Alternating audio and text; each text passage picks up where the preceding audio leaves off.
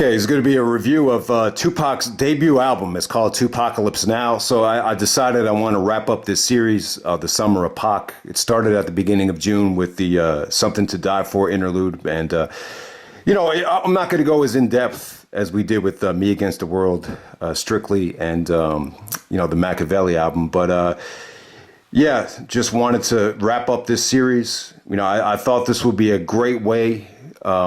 Just thought digging into these records would actually help me this summer.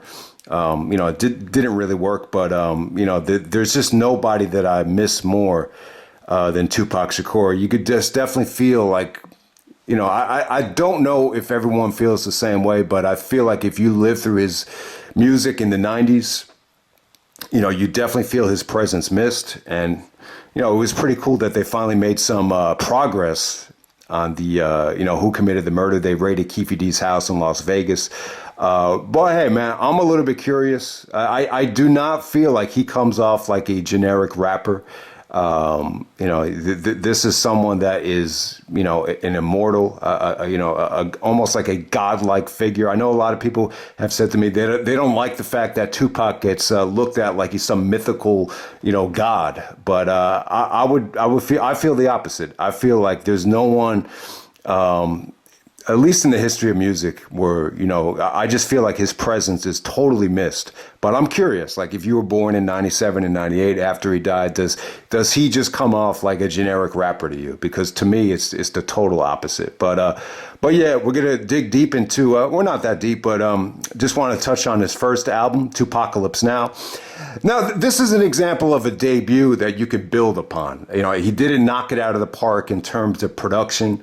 The sound quality could be a little bit better, like the engineering. I could put it all the way up to max on my CD player, and it just doesn't sound that loud. So I think that's one of the issues. But, the production is a little bit bland here.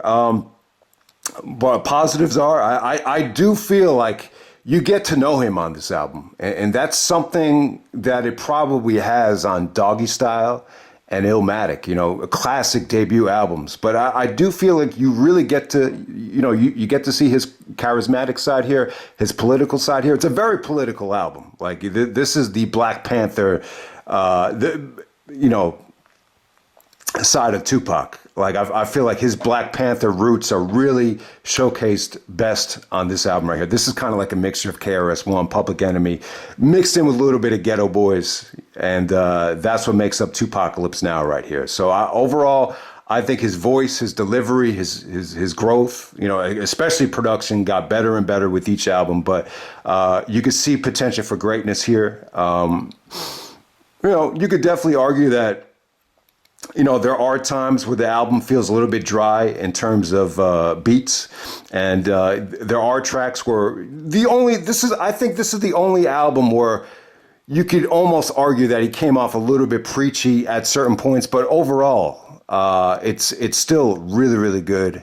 And there's definitely room for growth here, and from a lyrical standpoint too. Like he sounds more like a New York rapper, I think, on this album, more so than any other album. So there you go with that. So this was released in November of 1991, November 12th, 1991.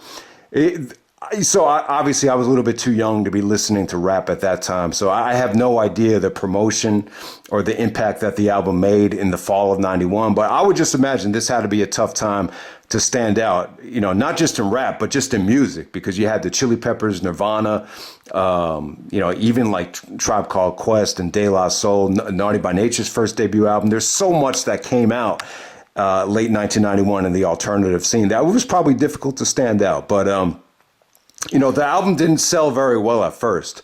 I didn't buy this until after Me Against the World came out. I bought it off the strength of Me Against the World because I love the album so much. I was like, damn, I didn't even know he had another album out before the Strictly album. So I just bought the cassette because I needed something to listen to on my way to camp.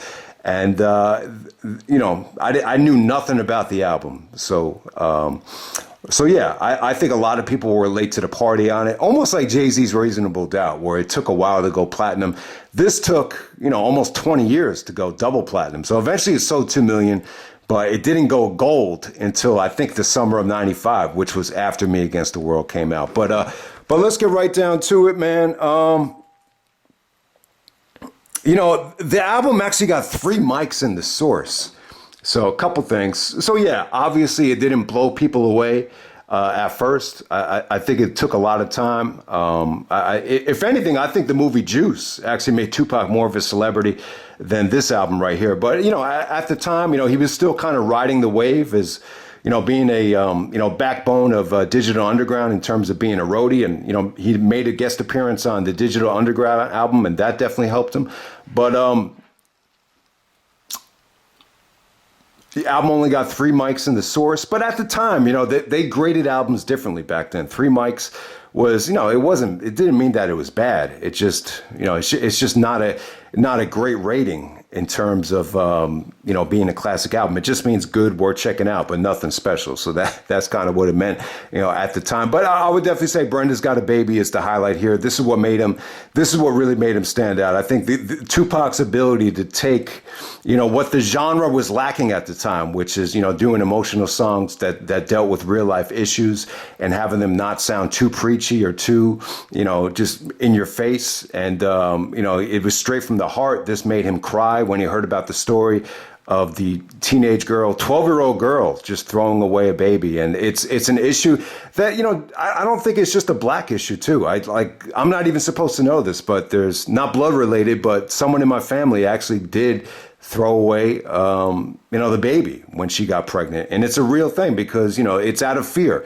It's fear that you're not going to be able to support the baby. You're not going to be able to take care of it because, it's just going to be such a financial burden to take care of a baby. So that's what a lot of people end up doing, just, taking the baby and just, not wanting to take responsibility for it. So, Brenda's Got a Baby. Production was good too. The production on this album gets trashed, but when you listen to Brenda's Got a Baby, it's really, really cool how the beat kind of alters and shifts mood every time as the story is unfolding. So Brenda's Got a Baby, definitely the highlight here, definitely one of Tupac's best storytelling tracks, and the first part of the trilogy. I would say Brenda's Got a Baby, Keep Your Head Up, Dear Mama, that trilogy of songs that are just very emotional, tear jerkers, and songs that really pay tribute to women, which he even said, he took the weakness in this rap game and he sold it, which is a line that I totally never really,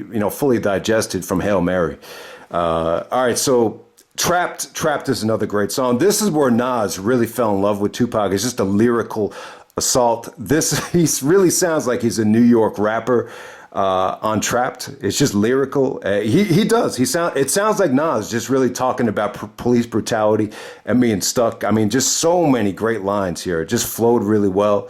Why did you lie to me? I couldn't find the trace of equality.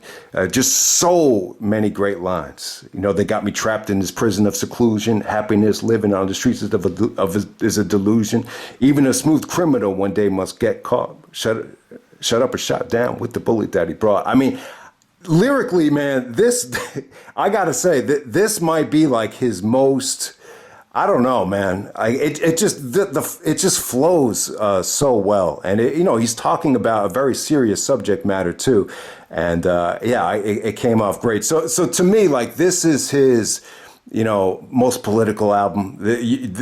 Out of any other album, you could definitely feel his Black Panther roots on a lot of these songs, especially on Words of Wisdom. Words of Wisdom, you could argue that Words of Wisdom came off a little bit preachy. He had a really dope line here that was really eye-opening.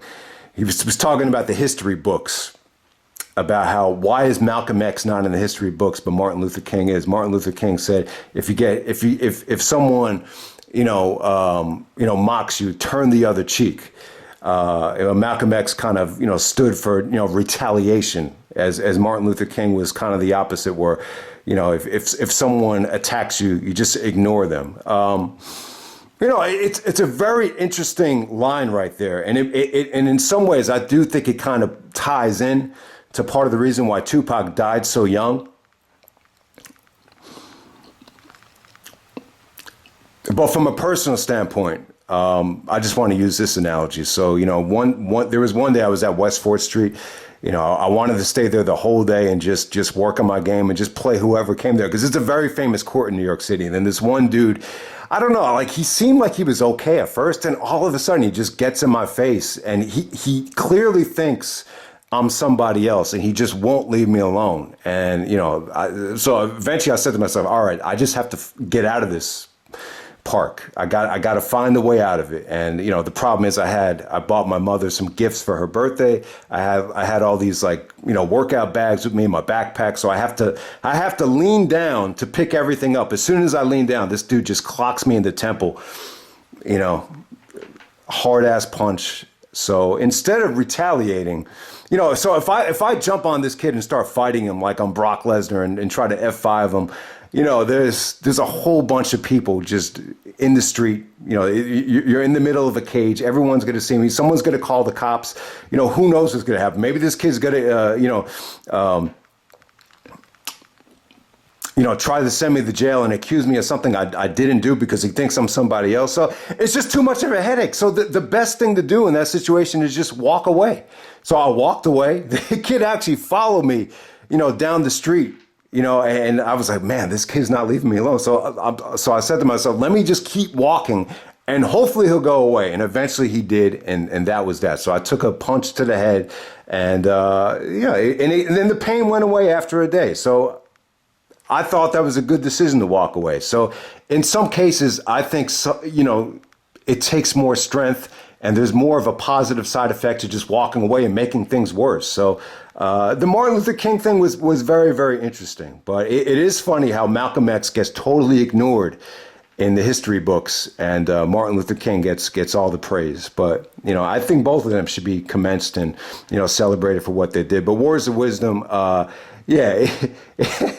this track right here, he sounds, he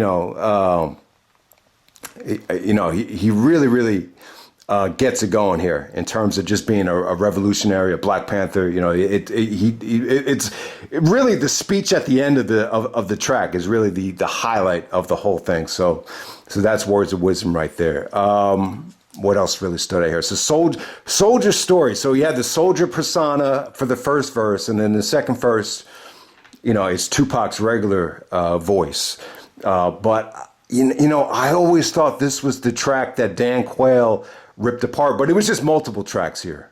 I think even Trapped, they held some of those lines against him. Soldier Story is about retaliating on police. There's a line where it says, "Remember Rodney King and I blast on his punk ass." So he does say that while he's in the soldier persona.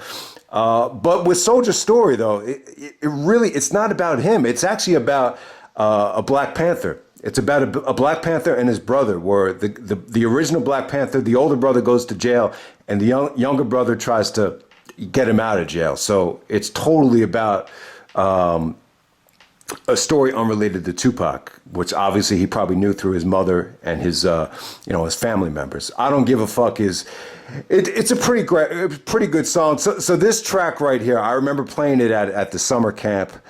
And, just a lot of people just yelling at me, a lot of the older counselors just yelling at me to shut it off because it just sounds very vulgar. But if, you really got to digest the lyrics and understand why he's saying, I don't give a fuck. I believe the story was inspired because Digital Underground, I think they were at the Grammys. It was supposed to be a huge musical event, and the police just kind of mistreated them.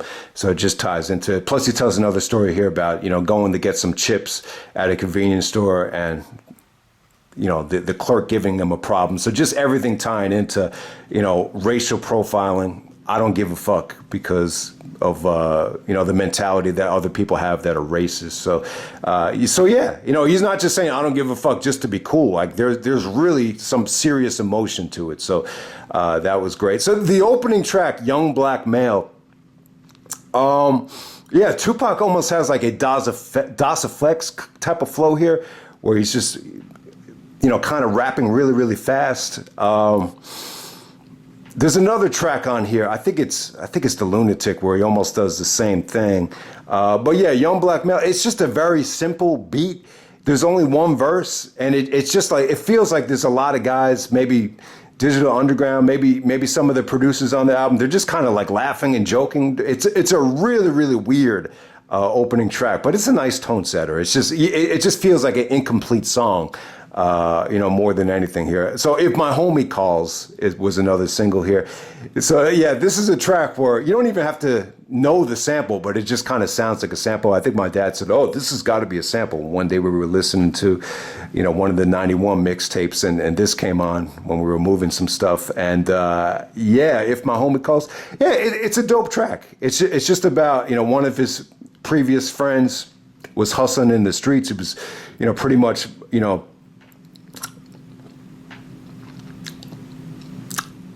how do you say, more of a hustler, while Tupac chose the music industry. And he was basically saying, the music industry is not what I expected. It's hectic, it's sleazy. And then he just says, but I guess that the streets is harder. He actually talks about not working 9 to 5 with no health care. So yeah, it's a really, really cool track. It just shows. It's almost reminiscent of Never Had a Friend Like Me, where if you're his friend, you grow up with him. He'll always hold a special place in your heart.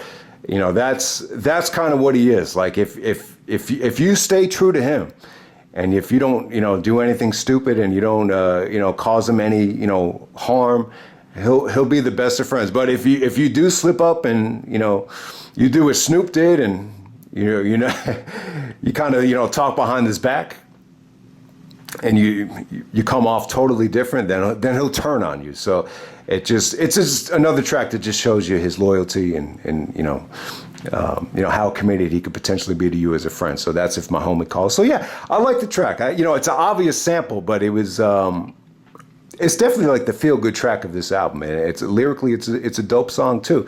All right, so the songs that I think got him in trouble, I think obviously Trapped, where he talks about retaliating on crooked cops. Soldier Story is about the Black Panthers, retaliating on cops, and then Violent really goes into specifics about retaliation on crooked cops. So I think those 3 tracks right there are what got him in trouble with Dan Quayle. But there must have been another track too, because when he's talking about the deposition, where he's actually breaking down the lyrics, he's reading something back that was not on this album. So I'm not sure if there was a guest feature or a track that didn't really, make the album that got him in trouble as well. But it definitely does sound like there was more than just this album which got him in trouble. But yeah, Dan Quayle said that this record has no place in our society. But if you listen to the lyrics, though, it's all about retaliating on crooked police. It's not just just beating up police just because they're police. So let's just get that out of the way right there. So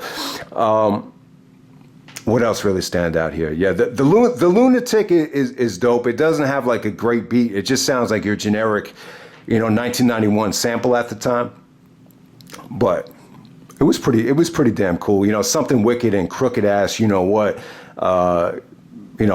those sound very Ghetto Boys inspired. Stretch actually helped produce them from the Live Squad, so those sound like they could definitely have been on the second release as well. Don't really have much to say about them, but it's really him just showing his juice side, his harder side. Something Wicked, Crooked Ass, The Lunatic, those are probably the most rebellious songs on the album. I think Rebel of the Underground is really, really dope. They use this in 2Pac's Resurrection. Really dope piano beat, just really uplifting lyrics. And he really this is really the only track where you hear him mock, rappers for, pretending to be hard or pretending to be violent. But then when it comes down to it, they're silent. Like, it almost feels like he's dissing NWA with this track right here for being like studio gangsters. But yeah, Rebel of the Underground is really, really dope. And then Part-Time Mother is actually kind of a it feels like a sequel to Brenda's Got a Baby, where he's able to tie in the addiction of crack. Used to be fat, now weighs less than a Tic Tac. That line kind of exemplifies what a lot of these women go through that get hooked on crack. Obviously his mother was a crack fiend and was actually hooked on crack at this time, but Part-Time Mother is really, really cool. I like the beat. I like the story. I think the female vocals, definitely added the relatable side to what he was talking about here. It actually does deal with rape, rape within the family. With in most cases, it's from a stepfather or a stepmother that actually does rape the younger person that's at home.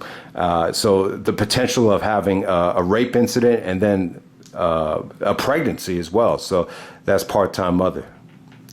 So yeah, this is it's a great track. This track doesn't get a lot of attention, but once again, this is just a very important, social issue that he touched on here. So I thought that was a great track as well. So I think when you're looking at 2Pacalypse now,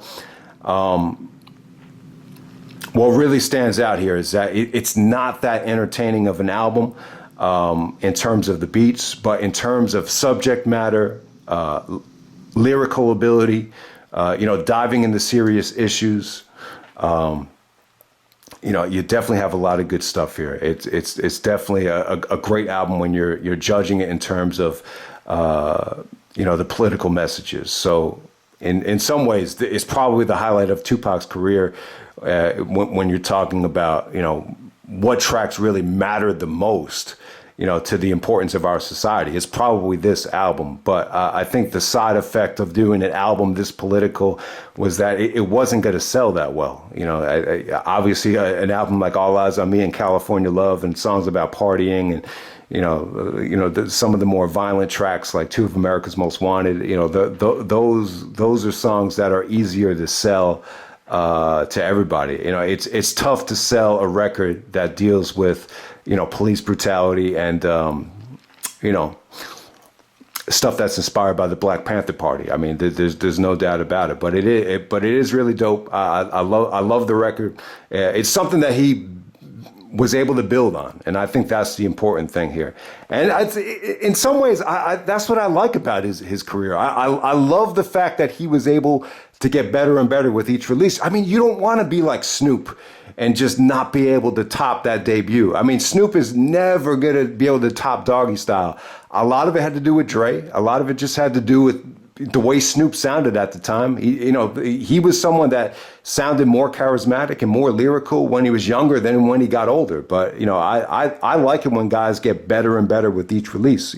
Tupac even said it, like, even before this second album, like, my next album is going to be even better than the first.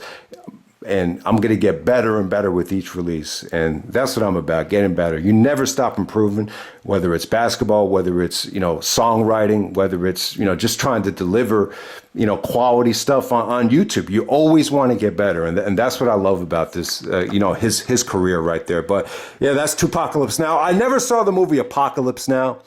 I really have not. I know Quentin Tarantino, wrote a whole chapter about it in his new book, Speculation on Cinema. I think it came out in '79, but obviously this title was inspired by that movie. But I end it right there. That's 2Pacalypse Now, and I'm out.